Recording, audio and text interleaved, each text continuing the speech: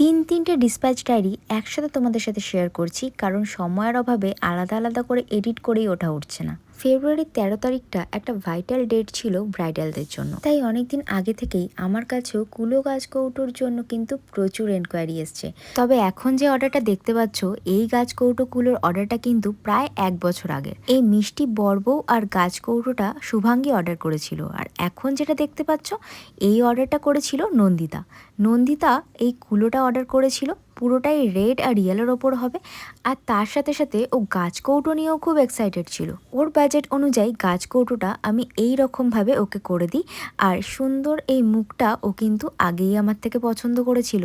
এরপর চলে আসি সুপ্রিয়ার অর্ডারে। সুপ্রিয়া আর মনোজিতের জন্য এই মিষ্টি কুলোটা সুপ্রিয়া অর্ডার করেছিল। কিছুদিন আগেই আমি একটা মাল্টি কালারের কুলো করেছিলাম, আর সেটার ছবি দেখেই ও এই কুলোটা পছন্দ করেছে।